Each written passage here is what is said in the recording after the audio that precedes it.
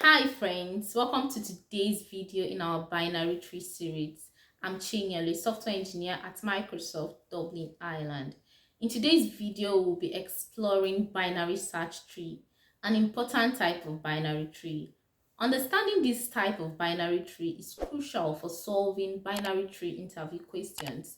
So let's dive right in and unlock this valuable knowledge together.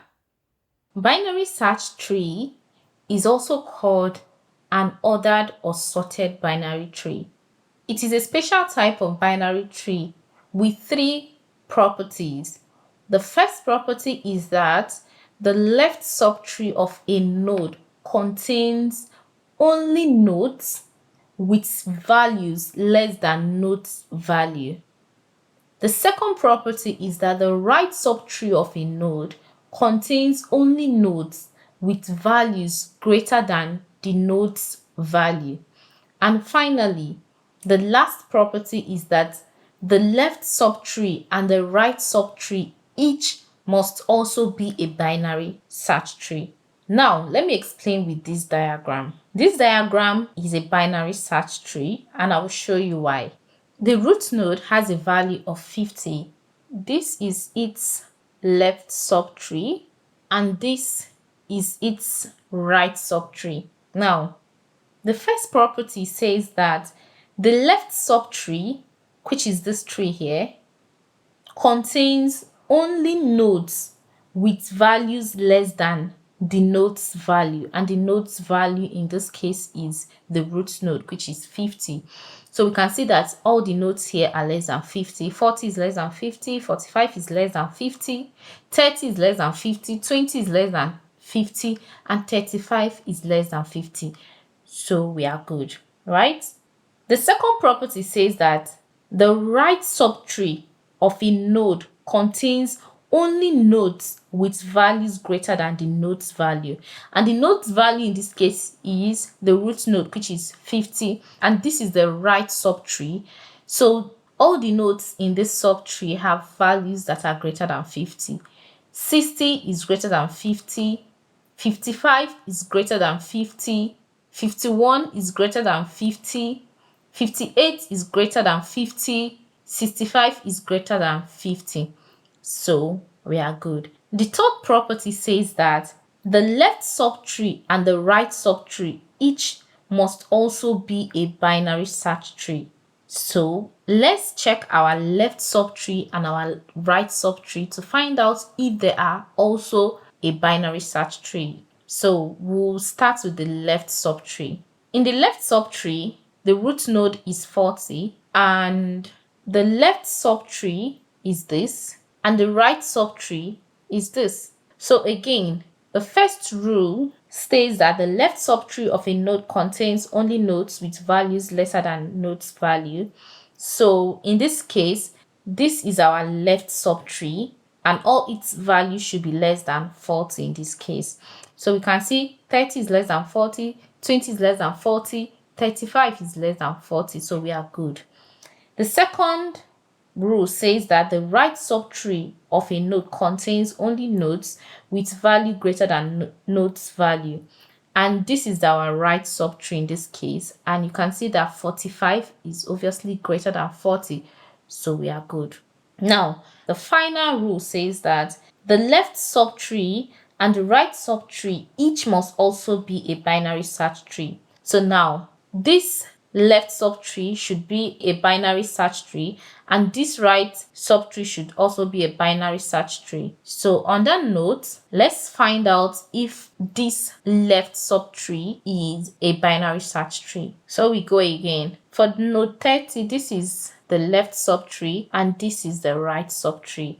And as we can see that the left subtree is node 20 and node 20 is less than 30. So this satisfies the first rule. The second rule is that the right subtree of a node contains only nodes with values greater than the node's value.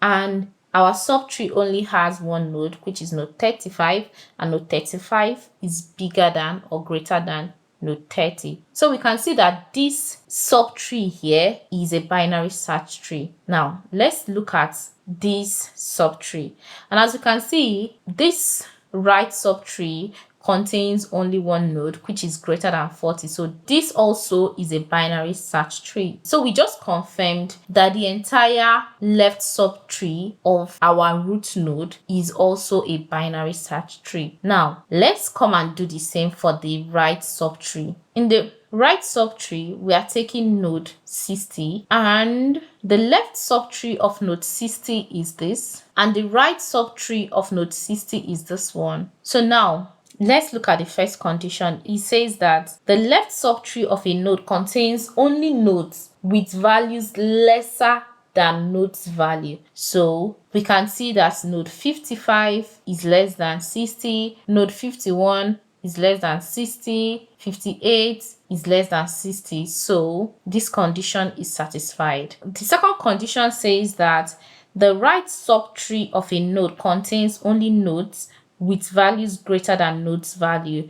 And in our right subtree, we have only one node, and this node is 65, which is greater than 60. So this also satisfies the conditions for a binary search tree. Now, moving on to the third condition, which states that the left subtree and the right subtree each must also be a binary search tree. Now, for our right subtree, we have already confirmed that this is a binary tree because it contains only one node, and this one node is already greater than 60. Okay, so we just need to look at the left subtree. Now, looking at the left subtree, our root node for this becomes this node, node 55, and its left subtree is this, and its right subtree is this. Now, looking at our condition again, the first condition says that the left subtree of a node contains only nodes with values lesser than the node's value. And we can see that in this left subtree, we have only one node, which is node 51, and it is obviously less than 55. So we are good. And our right subtree contains only one node as well, which is node 58, which is greater than node 55. So this satisfies the second condition as well. And at this point, we can see that this is a binary search tree. I hope with this example, you have been able to understand what a binary search tree is, and you can identify one when you see it. So any binary tree that has these three properties is a binary search tree. Now, why is mastering the binary search tree essential for coding interviews, and what makes it so important? Mastering binary search tree is important for coding interviews because it enables efficient insertion, deletion, and search operations. Binary search trees are ordered data structures, so it ensures that nodes are placed in a specific order upon insertion. This orderly arrangement simplifies operations and allows for more efficient processing. To draw a relatable analogy, think of a clustered bedroom where items are disorganized and not in their rightful place. Searching for example, your car key in such a chaotic setting becomes more difficult and less efficient. Similarly, when data is properly arranged within a binary search tree, performing operations become significantly easier and more efficient. Now, let's see how we can implement a binary search tree. Let's implement a binary search tree using these random numbers. I will simply pick each number and place it somewhere based on the three properties of a binary search tree. So I will start with the first number, 50, as the root of the tree. And then I will compare the next number, 40, with the root node 50. Since 40 is smaller, it becomes the left child of 50. I will then move to the next number, 60. Since 60 is greater than 50, it becomes the right child of 50. Similarly, 30 is smaller than 50, the root node, and also smaller than 40, so it becomes the left child of 40. Also, 45 is smaller than 50, but greater than 40, so it becomes the right child of 40. The next value is 55, and it is greater than 50, but smaller than 60, so it becomes the left child of 60. The next next value is 65 and it is greater than 50 and greater than 60. So it becomes the right child of 60. The next value is 20. 20 is smaller than 50, it's smaller than 40, and it's smaller than 30. So it becomes the left child of 30. The next value is 35. 35 is smaller than 50, smaller than 40, but greater than 30. So it becomes the right child of 30. The next value is 51. 51 is greater than 50, but is smaller than 60. And it's also smaller than 55. So it becomes the left child of 55. The next value is 58. 58 is greater than 50, but smaller than 60. And also it is greater than 55. So it becomes the right child of 55. So we have just implemented a binary search tree using a given random numbers. But this operation we did